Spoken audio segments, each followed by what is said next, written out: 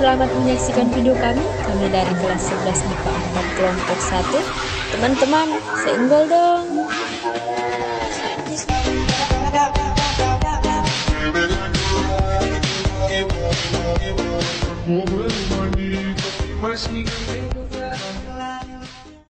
Assalamualaikum warahmatullahi wabarakatuh. Puji syukur kehadirat Allah Subhanahu wa Ta'ala yang diberikan ke saya dan juga kelompok saya. Semoga yang nonton juga dalam keadaan sehat walafiat. Izinkan saya untuk memperkenalkan diri.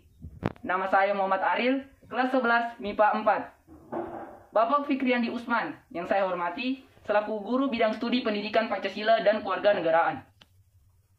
Dalam waktu beberapa menit ke depan, saya akan menjelaskan mengenai hak asasi manusia atau disingkat dengan HAM.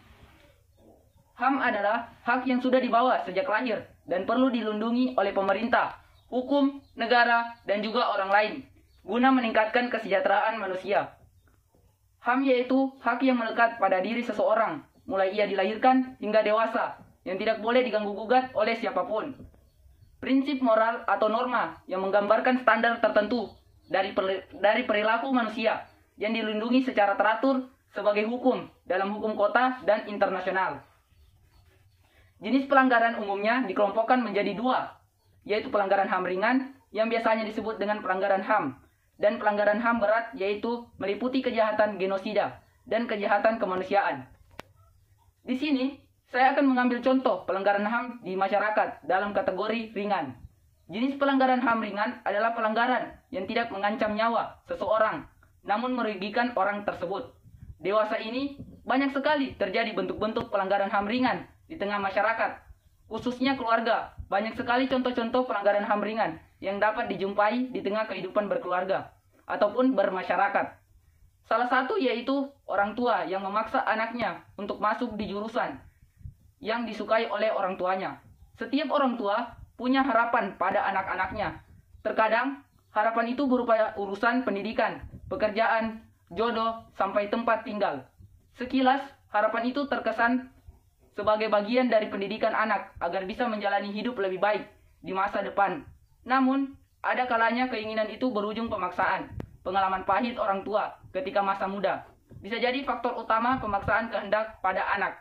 Orang tua tak mau anak-anaknya mengulangi kesalahan, dan selalu berharap anaknya hidup lebih baik. Tidak ada salahnya dengan keinginan tersebut selama anaknya setuju dan siap menjalani hidup yang disarankan orang tuanya.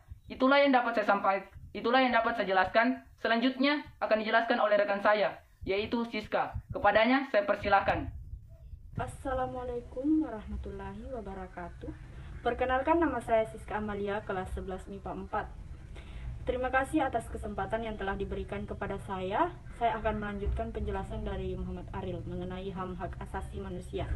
Setiap orang tua punya harapan pada anak-anaknya. Terkadang harapan itu berupa urusan pendidikan, pekerjaan, jodoh, sampai tempat tinggal. Sekilas harapan itu terkesan sebagai bagian dari pendidikan anak agar bisa menjalani hidup lebih baik di masa depan. Namun, ada kalanya keinginan itu berujung pemaksaan. Pengalaman pahit orang tua ketika masa muda bisa jadi faktor utama pemaksaan kehendak pada anak. Orang tua tak mau anaknya mengulangi kesalahan dan selalu berharap anaknya hidup lebih baik.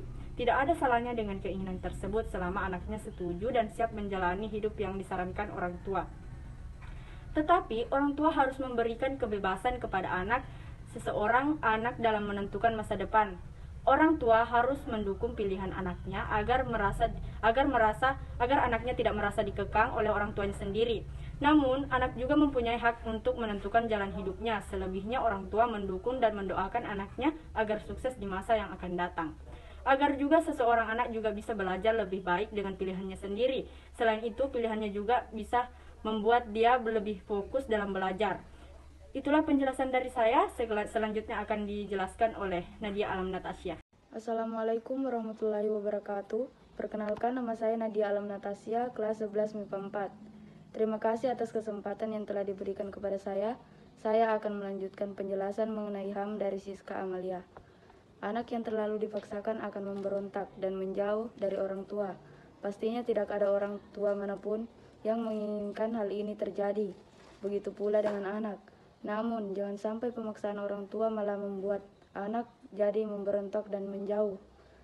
Jurusan studi kuliah seharusnya bisa dibicarakan secara baik-baik antara anak dan orang tua.